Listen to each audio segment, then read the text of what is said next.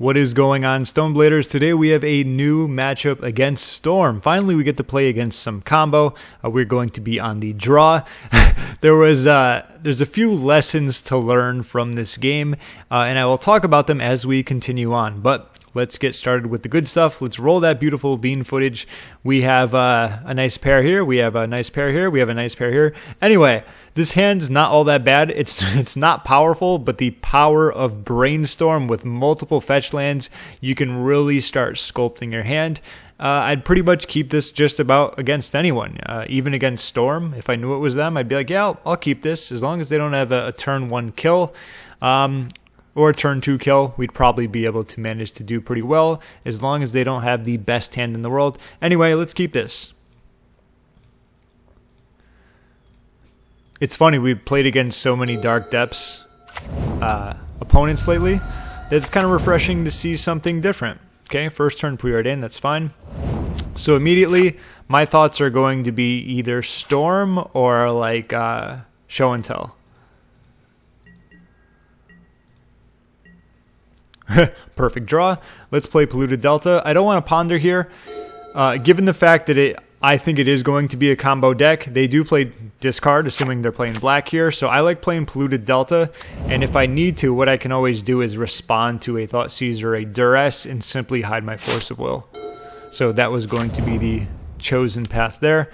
Another preordained, that's fine. That's it. And I wanted to be aggressive here.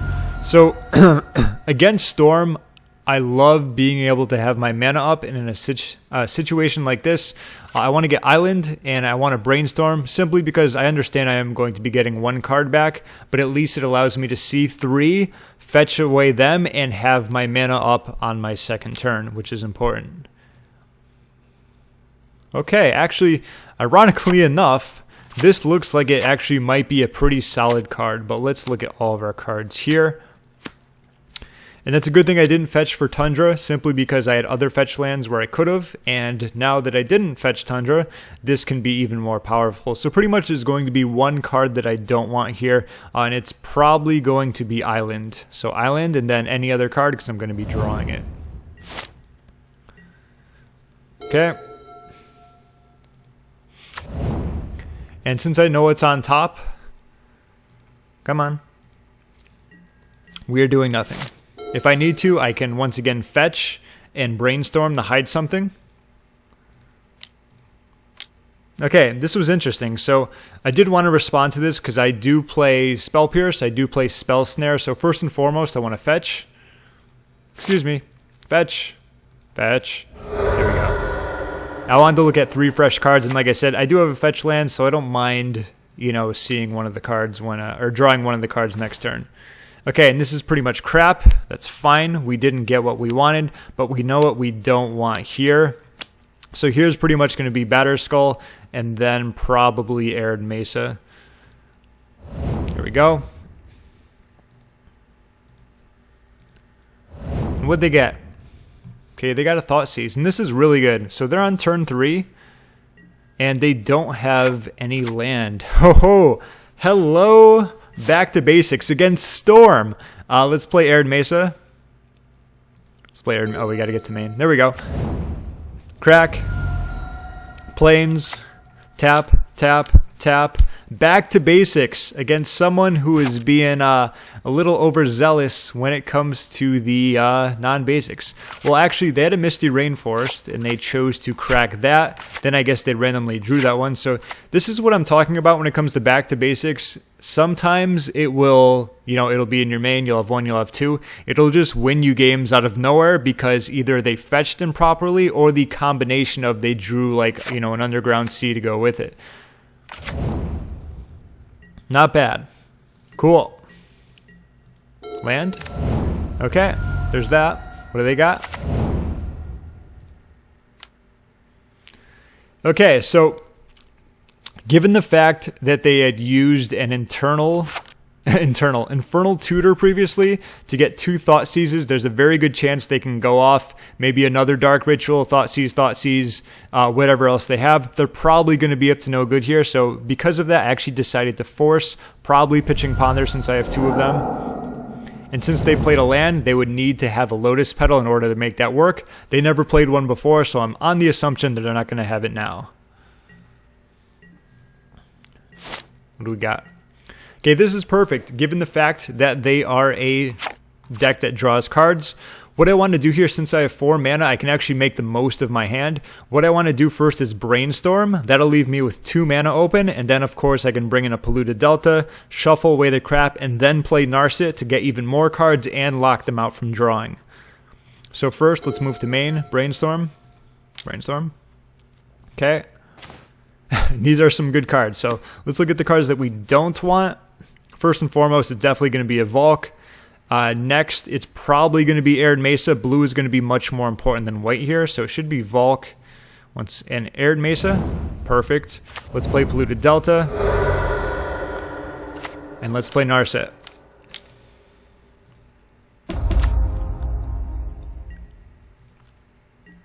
Don't worry, I activate it. Just happen to move to the... Oh, look at this. Let's get Force of Will. Definitely. We're getting Force of Will here. Even without Force of Will there, they pretty much need to get a land, and then they need to get Dark Ritual or something else to go off. Awesome. We are literally locking out Storm from doing anything. This is great. Okay, Narset again. Narset. Alright, so Swords has no use here, and despite the fact Force of Will is amazing, they don't have any mana, so Spell Pierce is going to be even more valuable. Back to Basics and Spell Pierce go hand in... Obviously, when Back to Basics is working, it makes Spell Pierce even more powerful. So given the fact we don't want to 2-for-1 ourselves anymore, let's get a Spell Pierce. Let's get a Spell Pierce. MTGO, thank you very much. Now, we have the option of playing Teferi, bouncing nothing, drawing a card, or playing True-Name. I specifically like True-Name here. We'll leave an island up, and we'll be good to go, because I want to start getting a clock down. Next turn, I can play Teferi and just, you know, draw a card and make it their life even more difficult. Okay, they drew a land, probably fetching basic. And they have to actually use this just to kind of, you know, either put a card on the top or the bottom because they can't draw one. I'm like, they can have that. I don't want to Spell Pierce that. Spell Pierce is still going to be great. And they're like, nope, that's not happening. They probably, I don't have the notes in the right here just because I didn't bring them up. But during the game I did. Either way, they were in very big trouble. Next turn was probably going to be Teferi, bounce something random. Or I could play a Snapcaster just to get some beatdowns in. And then, pretty much from there, what I can do is just keep countering stuff, depending on what they play. And we had a really good lock going on there. Either way, that was game 1 against Storm. The MVP definitely being back to basics. Like I said, this game can just flat out... This card can just flat out win you games sometimes, even when you least expect it. I've won games even against Miracles. Yes, Miracles, because the person decided they wanted to fetch for their duels before fetching for their basics. Either way, sometimes you got to learn the hard way. Plus, we're taking it out game 2. Just because it was good here doesn't mean it's always going to be, although sometimes it can. Let's move to these sideboarding options now. Alright, so fairly simple when it comes to Storm. We have Flusterstorm. This is going to be a very key card. Spell Snare hits a lot of great stuff, such as Infernal Tutor. We want all of our blasts. Rest in Peace is going to be... I am not big on differences between Tess and Ant. I know Ad Nauseam Tendrils, and I think the other one focuses more on creating goblins or using...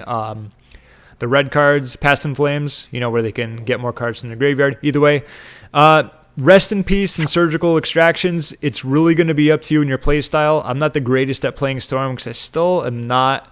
I've played against them a lot, but I think I would have to play the deck to know how it works a little bit better. So keep in mind you can bring in some of this Grave Hate. I just decided not to. Containment Priest is great simply because it's a beater at the end of turn 2, end of turn 3. If they haven't done nothing, I am playing this and I am putting pressure on their life.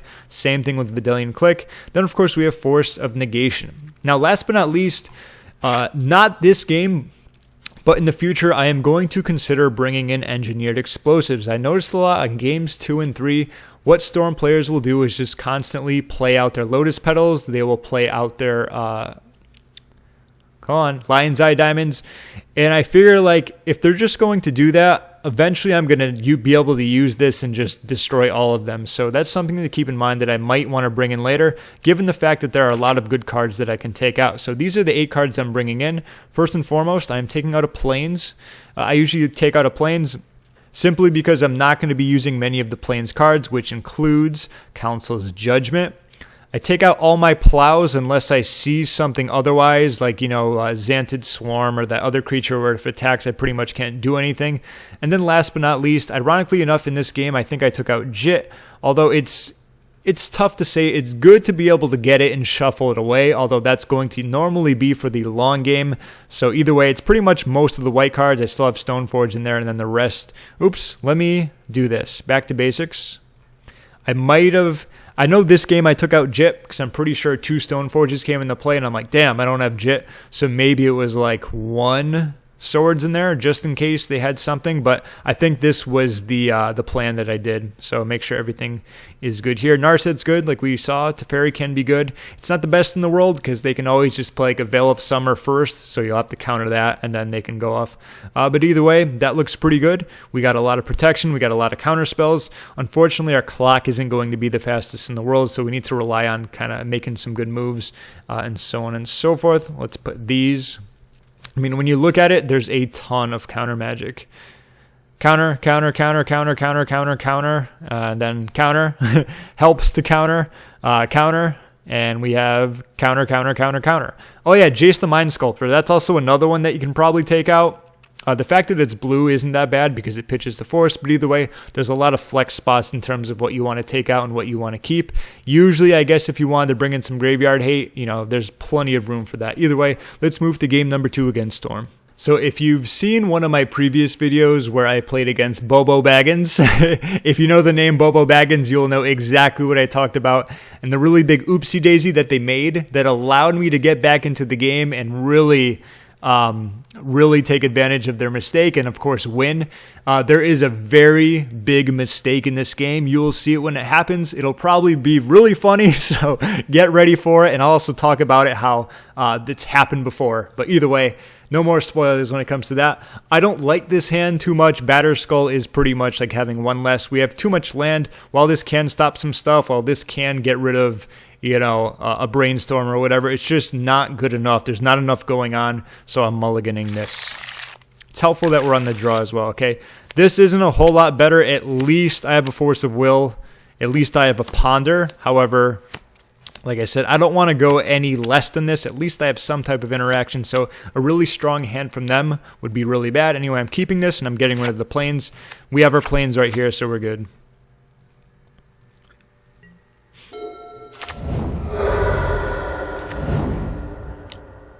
Okay, so what do you think they're going to pick? Force of Will or Ponder?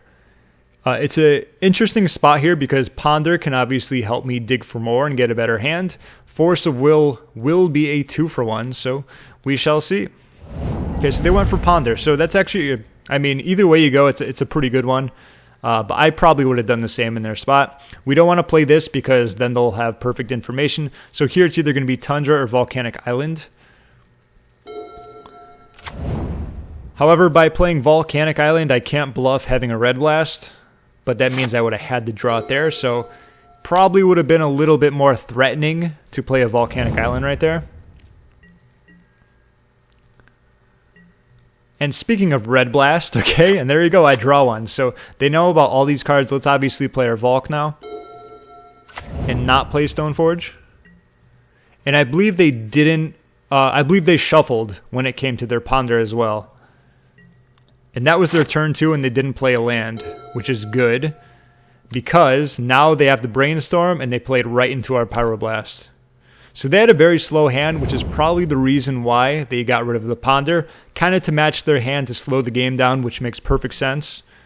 And they still haven't hit a land, okay? And we've been hitting a lot of lands, so they know about these over here. They don't know about the land, so let's play Island. And let's tap Tundra and Island because we want to keep this up because we have a Red Blast in our hand. Or at least we want them to think that because now they know that we're playing them. It becomes much more difficult for them to say, well, do they have a Red Blast again? Should I Ponder? Should I wait? Should they tap out? And so on and so forth. Yep, so there was no Jitte in there. So they know about these two cards. They don't know about these two. They're like, I don't care if they have a red blast. I guess it didn't affect them. No fear. Okay, they got their land. Oh, wow. And just like that. Okay, let's see what they got. Okay, that was actually very well played.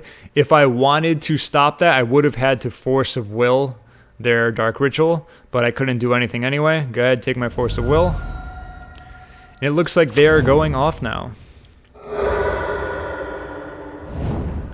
So they got Passing Flames. Now, I can't even begin to tell you how many games of Magic the Gathering I have watched where someone will concede right here. You never concede against Storm until they have you beat and have won. Until they have stacked all their Tendrils of Agony triggers and they're all pointing at you, then you concede to save, I don't know, 5 seconds. But you always have to play them out. I remember someone who plays Storm exclusively. I don't think it was Bryant Cook. It was someone else. I think that's his name who has the Epic Storm. It was someone else who plays Storm a lot, and he said how funny it was how many times people would concede when he didn't even have the win. They were just like in a spot like this where they were close to winning. There was a good chance they were going to win, but it doesn't mean the game is over. This is the first lesson of this. Never concede against Storm until they win and they have everything. So let's make them have it. Let's play it out. Plus, to make things even better, you get to see more of cards that they're going to be bringing in. Now, I understand Storm doesn't deviate too much from the cards that they use, but you never know, especially with sideboard cards and whatever they're going to be playing. They can do their thing here, sure. Now it looks like they're getting desperate. They're casting Ponder. They're casting Ponder. Okay, now they're casting Brainstorm. Okay, they're getting rid of my Batterskull, sure. And look at that. We live to fight another day. Not bad. Okay, so pretty much we're going to be playing one of these. So we continue playing as if nothing ever happened. They're probably obviously going to be favored here given the fact that there's a lot of stuff they can do. You know, either get that back or just Infernal Tutor. Whatever it's going to be, they can go off pretty quickly. Okay, we're playing that simply for the fact that they know what it is. They don't know about the island. Okay. Shuffle away. Okay. Cool. And we are drawing absolute red hot fire. Okay, let's play Flooded Strand. Now we can hardcast Force. We can attack too. Come on, Stoneforge. You can do it. The little Stoneforge that could. Nipping at their ankles for 1 damage. Meanwhile, opponent has all the cantrips, which is very helpful. I mean, sometimes that's the way it works. Not sure if they're going to like the result, though. Okay, Stoneforge. This is the part where I was kind of kicking myself like, oh man, I took out Jitte, because what I could have done, normally, I could have played Stoneforge, I could have got Jitte, then I could have played a land and then equipped it, you know, 2 and 2. So that's 6 mana, which I had available. Either way, I guess that's the way it is. I don't think it would have helped too much either, so not a big deal. And then I'm like, oh my god, look, my amazing Jitte that's not there. So given the fact that I didn't get a Jitte here, I don't think it's going to be the end of the world. Sometimes that happens where you get them, but usually Storm games don't play too much into the long game where you get to actually get the Jitte. I mean, it's going to be up to you. There's many games where, I mean, there's not a lot of games where I take out Jitte. However, usually I feel like I have better cards to bring in. Okay, let's attack. Remember, we're not playing these because they don't know what they are. Ha! I mean, like, my hand sucks, but I mean, that's just another reason why I love not playing lands. Like, how many times have you watched my videos where this happens? It's even better when it's a Thoughtseize, because not only do they just 0 for 1 themselves, like they lose a card, and they lose 2 life. It's great. However, in a scenario like this, it's like a Storm player kind of has to do it just to, you know, clear the waters and make sure that I don't have anything funky in my hand. But still, nevertheless, it is hilarious when someone fires a discard spell. It's kind of like having an invisible Veil of Summer. That's a great way of putting it right there. They just got invisible Veil of Summer, which is something that is hilarious. And what's even more hilarious is what about to happen, because waiting for, was that Mamagama 5 is about to pay cost for something after I already drew a card, which happened to be a Flusterstorm, and now apparently they want to pay more mana for an Ad Nauseam when I have a Flusterstorm up, which I can fluster immediately, and they concede on me. Oh my goodness! Did they walk into that one? Oh my. Whew. I mean, sometimes, see, I guess here's another lesson. You get heavily rewarded for playing out games even when you think you're not going to win. What opponent should have done, which didn't really matter because they knew my hand, if they wanted to play it on my turn, they would have had to done it on the upkeep. They might have done the wrong one. They might have flicked a different switch. Regardless, they paid horrifically for it, and you saw the outcome when it came to that one. So there you go. We ended up beating Storm thanks to a little whoopsie-daisy by the opponent, but thanks to me also not conceding, which was a very big deal, obviously, because the biggest reason why I hate conceding is because you can't win when you concede. And one of the biggest reasons of playing, aside from having fun, obviously, is you want to play to win. I don't know about you, but I hate losing. I love winning. In fact, I hate losing more than I love winning, if that makes sense. Okay? So either way, Flusterstorm got him. That's definitely going to be the MVP of the game, just to rub it in a little. That was a very big oopsie daisy, and we capitalized on it. Now, there was a time, let's see, this is when I came back from the whole Ren and 6. I stopped playing for a little. I ended up playing like a Luris Dark Depths deck or whatever. I'm like, what the hell does this deck have aside from stuff that's 2 and under, right? 2 casting cost. Anyway, they had a, what's it called?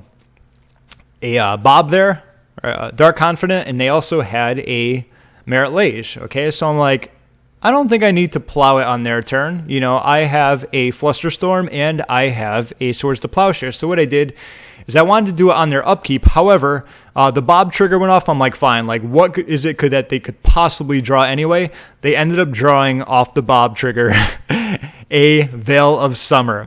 I go to plow the Merit Lage. They play a, what is it, Not of This World or whatever, where it's like free to cast, but it's normally 7, where it like gains protection if it targets a land. Then, of course, I had the Flusterstorm and play it out. Then, of course, they had to play it out and use a Veil of Summer, which reminded me exactly of this by simply not going at the right time, or not doing it at the right time. But anyway, a few powerful lessons learned in this game, this whole match. Make sure you play your Magic cards specifically at the appropriate and best times, and never concede until the game is actually over. Thank you for watching. As always, that's another one for the good guys. Regardless of how it ended, we still got the W. Thank you for watching, and I'll talk to you soon.